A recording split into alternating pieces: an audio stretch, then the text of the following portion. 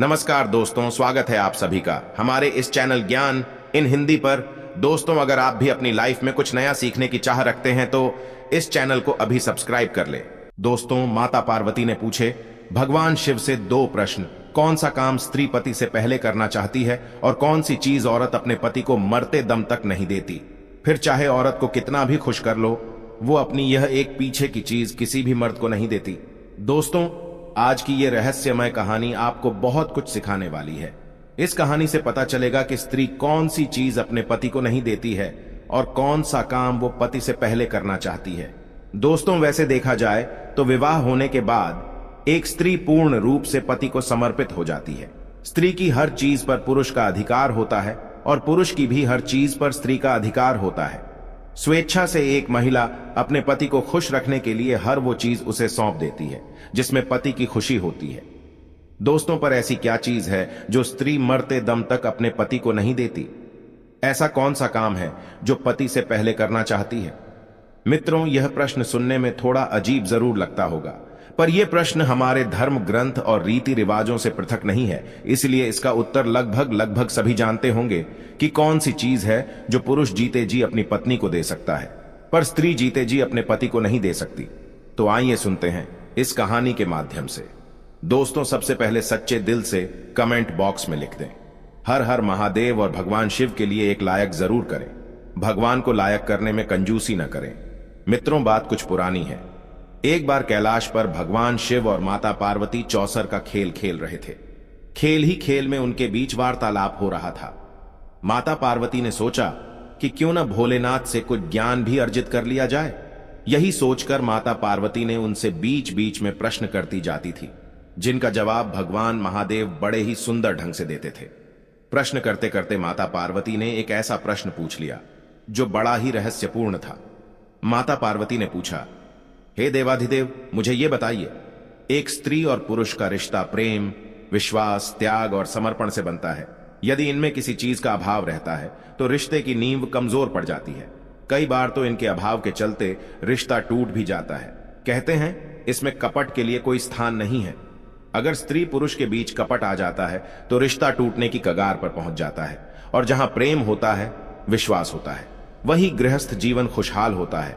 और जहां झूठ और कपट का अंश होता है, वहां गृहस्थ जीवन कलह और क्लेशों से भरा रहता है। वहां पति और पत्नी के रिश्तों में कोई मजबूती नहीं रहती।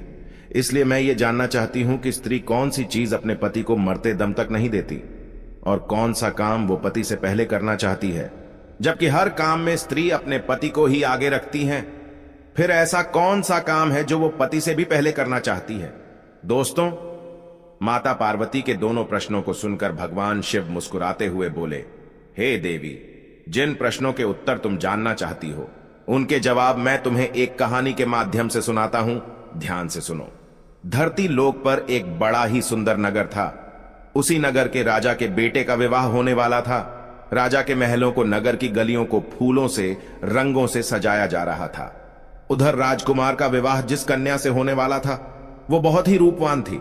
राजकुमार अपने कक्ष में पड़ा हुआ राजकुमारी के बारे में सोच रहा था। सोचते सोचते अचानक से उसके मन में राजकुमारी से मिलने की इच्छा जागृत हो उठी। वो उसी क्षण राजकुमारी के पास जाना चाहता था। उसने एक योजना बनाई और सबसे छुपते छुपाते महल से निकल चला। अस्तबल से एक घोड़ा लिया और घोड़े पर सवार होकर राजकुमारी से मिलने के लिए चल दिया। चलते चलते जब वो एक जंगल के रास्ते से गुजरा तो वहां उसे बहुत जोर की प्यास लगने लगी। अब तो राजकुमार पानी की तलाश में इधर उधर भटकने लगा। कहीं कोई जलाशय दिखाई नहीं दे रहा था। यदि कहीं कोई नदी या तालाब मिल भी जाता तो उसमें पानी नजर नहीं आता। इस प्रकार प्यास से व्याकुल होकर राजकुमार एक झोपड़ी के पास पहुंचा। वहीं पास में ही एक कुआं दिखाई पड़ा। कुआं को देखकर उसे कुछ उम्मीद जागी कि शायद इस कुएं में पानी हो। राजकुमार ने कुएं में झांक कर देखा तो सचमुच कुएं में पानी भरा था। पानी को देखकर उसकी प्यास और भी तीव्र हो उठी। अब तो उसने बिना देर किए कुएं से जल निकाला और पानी पीने लगा। जब उसने पेट भर के जल पी लिया तभी क्या देखता है कि उस झोपड़ी से एक बुढ़िया निकल कर आती है। वो बुढ़िया उस राजकुमार को कहने लगी, हे मुसाफिर, कहीं तुमने इस कुएं का जल तो नहीं पी लिया? यदि तुमने इस कुएं का जल पिया है तब तो तुमने बहुत बड़ी भूल कर दी है। यह कुआं शापित है। इस कुएं का जल पीने वाला मनुष्य नरभक्षी बन जाता है। आज से तुम भी हर रोज रात होते ही नरभक्षी बन जाओगे। उस समय तुम्हारे पास जो मनुष्य आएगा तुम उसका भक्षण कर लोगे। उस समय तुम ये नहीं सोचोगे कि ये मेरी माता है, ये मेरे पिता है, ये मेरी पत्नी है, ये मेरे भाई है या ये मेरी बहन है। उस समय तुम्हारे निकट दिखाई देने वाला मनुष्य या पशु सिर्फ तुम्हारा भोजन होगा। दोस्तों, उस बुढ़िया के मुख से श्राप की बात सुनकर राजकुमार बड़ा दुखी होने लगा। कहने लगा, माताश्री, तब तो मैंने इस कुएं का जल पीकर घोर अनर्थ कर डाला है। ऐसे तो मैं ना जाने कितने मनुष्यों को हर रोज अपना आहार बनाऊंगा, जिसमें मेरे अपने भी शामिल हो सकते हैं। मित्रों, राजकुमार विनती करके बोला, हे माई, क्या इस श्राप से मुक्त होने का कोई उपाय नहीं है?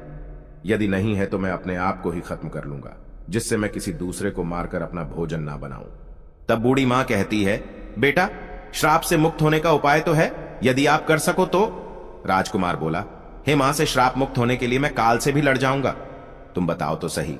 तब बुढ़िया कहती है, बेटा, यहां से कुछ मील की दूरी पर एक ऊंचा सा पहाड़ है। उस पहाड़ पर हरे भरे पेड़ पौधों से भरा हुआ जंगल है। उसी पहाड़ पर एक कायाकल्प नाम की बूटी है। यदि तुम उस बूटी का रस निकालकर पी लोगे तो तुम इस भयंकर श्राप से मुक्त हो सकते हो। लेकिन इतना ध्यान रखना, रात होने पर तुम किसी एकांत स्थान पर जाकर छुप जाना। यदि आप कहीं मनुष्यों की बस्ती में ठहर गए तो ना जाने कितने निर्दोष मनुष्य तुम्हारा आहार बन जाएंगे। मित्रों, राजकुमार ने कहा, ठीक है, मैं इस बात को भली भांति ध्यान रखूंगा। इतना कहकर राजकुमार उस कायाकल्प औषधि को ढूंढने के लिए चल दिया। इधर माता पार्वती और भगवान शिव इस दृश्य को देख रहे थे। पार्वती जी कहने लगे, प्रभु, कुछ समझ में नहीं आ रहा है कि आप मेरे प्रश्न का उत्तर किस प्रकार देना चाहते हैं। भगवान शिव बोले, देवी, धैर्य रखें, आपको आपके प्रश्नों के जवाब इसी कहानी से मिलने वाले हैं। आप बस इस कहानी को ध्यान से सुनते जाइए। उधर वो लड़का राजकुमार बड़ा चिंतित होता हुआ उस पर्वत की ओर बढ़ता जा रहा था। औषधि वाला पर्वत वहां से काफी दूर था। इधर अंधेरा भी हो चला था। राजकुमार ने सोचा कि अब आगे का रास्ता मैं सुबह सूर्य निकलने के बाद तय करूंगा। पहले मैं किसी निर्जन स्थान पर जाकर रात गुजार लेता हूं। यदि मैं नरभक्षी बन गया तो मेरे द्वारा निर्दोष लोगों की जान चली जाएगी। मित्रों, राजकुमार अब राजकुमारी से मिलने का विचार तो त्याग ही चुका था, क्योंकि वो जानता था कि इस दशा में राजकुमारी से मिलना भी उसके लिए हितकर नहीं है। वो राजकुमार गांव और नगरों को बचाता हुआ जंगल की ओर चला गया, जहां किसी मनुष्य के आने जाने का मार्ग नहीं था। उसने अपने आप को एक पर्वत की गुफा में बंद कर लिया। इधर काफी रात हो चली थी। वो राजकुमार नरभक्षी के रूप में परिवर्तित होने ही वाला था। इधर दोस्तों, राजकुमार ने जिस गुफा में अपने आप को छुपाया था, उसी गुफा में एक बड़ा ही खूंखार भेड़िया रहता था। वो भेड़िया आए दिन लोगों की जान लेता रहता था। चारों तरफ लोगों के मन में उस भेड़िए को देखकर दहशत बनी हुई थी। जब वो राजकुमार गुफा के अंदर पहुंचा तो उसे एक खूंखार भेड़िया गुफा के अंदर बैठा मिला। उस भेड़िए ने राजकुमार को देखा तो मन में बड़ा खुश हुआ कि आज तो घर बैठे ही भोजन चलकर आ गया। भेड़िया गुर्राता हुआ उस राजकुमार की ओर जाता है। वो उसे खाने ही वाला था कि इतने में राजकुमार पर उस श्राप का असर होने लगा। पल भर में ही वो मनुष्य से नरभक्षी पिशाच के रूप में बदल गया। भेड़िए ने देखा कि ये तो कोई मुझसे भी अधिक खूंखार जानवर है। वो एकदम से डर गया और अपने आप को छुपाने के लिए जगह ढूंढने लगा। नरभक्षी राजकुमार भी भेड़िया को देखकर उसके ऊपर टूट पड़ा और थोड़ी ही देर में वो भेड़िए को मारकर खा जाता है। इस प्रकार राजकुमार ने नरभक्षी के रूप में रात उस गुफा में बिताई और सुबह होते ही वो अपने रूप में आ गया। राजकुमार गुफा से निकलकर आगे की राह तय करने लगा। तभी कुछ गांव के लोगों ने देखा कि यह नवयुवक तो उस दिशा से आ रहा है जिधर वो आदमखोर भेड़िया रहता है। लोगों को उसे जीवित देखकर बड़ा आश्चर्य हुआ। सब लोग पूछने लगे, अरे भैया, तुम कौन हो और इधर कहां से आ रहे हो? इधर तो एक बड़ा ही खूंखार भेड़िया रहता है जो लोगों को मारकर खा जाता है। तुम भला जीवित कैसे बचे? तब राजकुमार ने बताया, अरे भाई, मुझे किस बात का भय लगता जिस भेड़िए की आप बात कर रहे हो। वो तो उस गुफा के द्वार पर मरा पड़ा है, मैंने उसे मार डाला। राजकुमार की बात सुनकर गांव वालों को बड़ा आश्चर्य हुआ। वे सब इस बात की पड़ताल करने के लिए गुफा के पास गए तो देखा सचमुच वो भेड़िया मरा पड़ा था। ये देखकर लोगों के मन में भेड़िया को लेकर जो दहशत थी वो खत्म हो गई और पूरे राज्य में इस बात की खबर फैल गई कि एक सामान्य पुरुष ने उस भेड़िए को मार डाला है। जब ये बात वहां के राजा को पता चली तो वो राजा उस राजकुमार को मिलने के लिए अपने महल में बुलाता है और कहता है, हे वीर युवक, तुमने उस भेड़िया को मारकर हमारी प्रजा को निर्भय कर दिया है। मैं तुम्हारी वीरता और साहस का कायल हो गया हूं। तुमने मुझे बहुत बड़ी प्रसन्नता दी है। इस खुशी में मैं तुम्हें एक उड़न खटोला भेंट करता हूं। ये उड़न खटोला तुम्हें पल भर में यहां से वहां पहुंचा सकता है। राजा से उड़न खटोला पाकर राजकुमार भी बड़ा खुश होता है। सोचने लगा, ये तो बड़ा अच्छा हुआ। अब मैं इसी उड़न खटोले पर बैठकर उस पर्वत पर आसानी से पहुंच जाऊंगा। राजकुमार ने वैसा ही किया। वो उस जादुई उड़न खटोले पर सवार हुआ और उस पर्वत पर जा पहुंचा। उसने देखा कि वहां कायाकल्प नाम की अनेक बूटियां चमक रही थी जो बार बार अपना रूप बदल रही थी। बूढ़ी मां ने उसे पहले ही बता दिया था कि जो बूटी अपना रंग रूप बदलती दिखाई दे उसी का रस निकालकर पी लेना। राजकुमार ने बिना समय गंवाए कायाकल्प बूटी का रस निकालकर पी लिया, क्योंकि इधर शाम होने वाली थी। राजकुमार अब निरोग हो चुका था। राजकुमार ने क्या किया, वो उस उड़न खटोले पर बैठकर अपनी राजकुमारी के नगर को चला आया। वहां पहुंचकर वो अपनी राजकुमारी से मिलता है। राजकुमारी भी राजकुमार से मिलकर बड़ा प्रसन्न होती है। इधर राजकुमार ने अपने नगर में खबर भिजवा दी कि आप बारात लेकर आए, मैं अपनी ससुराल पहुंच चुका हूं। इधर राजकुमार की बारात आती है और अगले दिन उसका राजकुमारी के साथ बड़ी धूमधाम के साथ विवाह हो जाता है और वे अपने नगर को लौट आते हैं। मित्रों, दोनों बड़े आनंद के साथ रहने लगे। कुछ दिनों बाद राजकुमार के घर में एक पुत्र का जन्म होता है। पुत्र की खुशी में राज परिवार में जश्न मनाया गया। प्रजा में मिठाइयां बांटी गई। इधर माता पार्वती ने भगवान शिव से पूछा, प्रभु आपकी लीला मेरे समझ में नहीं आई। एक प्रश्न का उत्तर बताने के लिए आपने मुझे एक राजकुमार की पूरी कहानी सुना दी, लेकिन उत्तर अभी तक नहीं मिला। तब भगवान शिव बोले, देवी, अब बहुत ही जल्द तुम्हारे प्रश्न का उत्तर मिलने वाला है। एक दिन उस राजकुमार के राज्य पर शत्रु देश ने चढ़ाई कर दी। राजकुमार अपने दुश्मनों से लड़ने के लिए युद्ध में जाता है। उड़न खटोला की सहायता से उसने दुश्मन सेना को खदेड़ दिया, पर युद्ध में तीर लग जाने से उसकी भी जान चली गई। जब राजकुमार की मृत्यु हो जाती है तो सब लोग उसे अर्थी पर रखकर ले जाने लगे। उसकी पत्नी वहीं खड़ी होकर रोती बिलखती दहाड़े मार रही थी।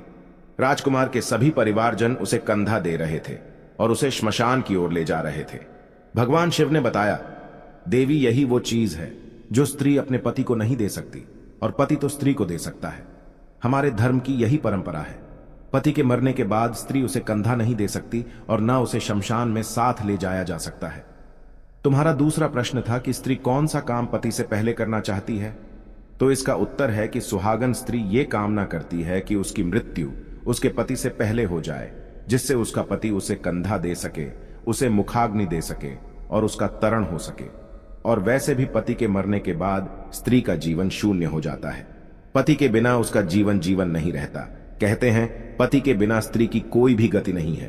एक पुरुष के बिना स्त्री का जीवन बड़ा ही कष्टकारी है। बड़ी भाग्यशाली होती है जिन्हें पति से पहले मृत्यु प्राप्त हो जाती है और पति के हाथों अंतिम संस्कार होने का सौभाग्य प्राप्त होता है। मित्रों, ये कहानी आपको कैसी लगी? आप हमें कमेंट सेक्शन में जरूर बताना। वीडियो को लाइक और चैनल को सब्सक्राइब करना ना भूलें। साथ ही सच्चे दिल से कमेंट बॉक्स में लिखें, हर हर महादेव। धन्यवाद।